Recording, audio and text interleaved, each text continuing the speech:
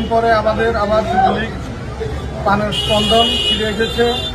আমি আমার ৩ নং দমুরা ইউনিয়ন যুবলীগের পক্ষ থেকে সকলকে আন্তরিক অভিনন্দন এবং আমি ৩ নং দমুরা ইউনিয়ন যুবলীগের আহ্বায়ক পদপ্রার্থী এবং আমি যদি নির্বাচিত হই আলহাজ মোর্শেদ আলম এমপি মহোদয়ের হাতকে সুসংগঠিত করব, দলকে সুসংগঠিত করব, শেখুল আলম দুলু ভাইয়ের হাতকে সুসংগঠিত করব এবং ৩ নং ইউনিয়ন যুবলীগকে সুসংগঠিত করবো ইনশাআল্লাহ।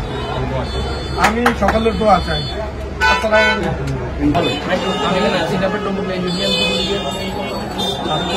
সাধারণ সম্পাদক ছিলাম আহ্বায়ক পদপ্রার্থী। আমাদের বর্তমান উপজেলা যুবলীগের যে নেতৃত্ব আসছে এই নেতৃত্বের অধীনে সেনবাগ উপজেলা যুবলীগ আশা করি সামনে সুসংগঠিত হবে এবং অতীতে যেভাবে আমরা আলাদ মোর্শেদ আলম এমপি সাহেবের পাশে ছিলাম, তার ছিল সাইফুল হাসান দিগুবের নির্বাচনগুলোতে আমরা সবসময় সকল আমরা তার পাশেই ছিলাম এবং আগামীতে সকল দূর মোকাবেলা করে আমরা আমাদের উপজেলা যুবলীগকে শক্তিশালী তথা আমার ৩ নম্বর যুবলীগকে শক্তিশালী করার লক্ষ্যে আমি ইউনিয়ন যুবলীগের যুগ্ম আহ্বায়ক পদপ্রার্থী এবং আপনাদের সকলের দোয়া চাই।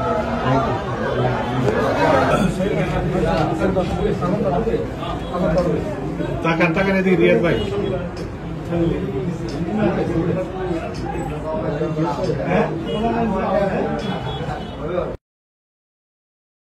দীর্ঘদিন পরে আমাদের আবার যুবলীগ পানের স্পন্দন ফিরে এসেছে।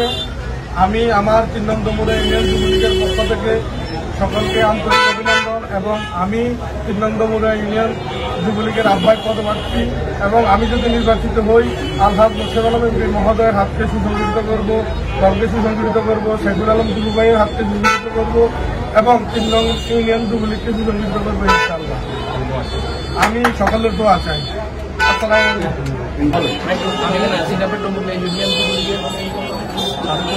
সাধারণ সম্পাদক ছিলাম আহ্বায়ক পদপ্রার্থী।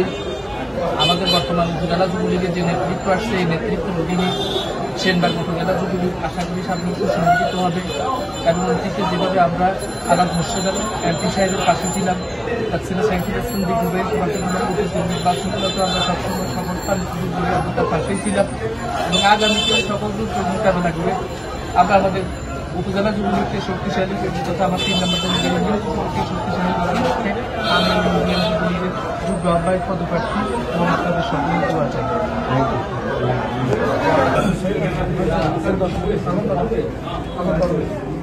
টাকা এদিকে রিয়াদ ভাই।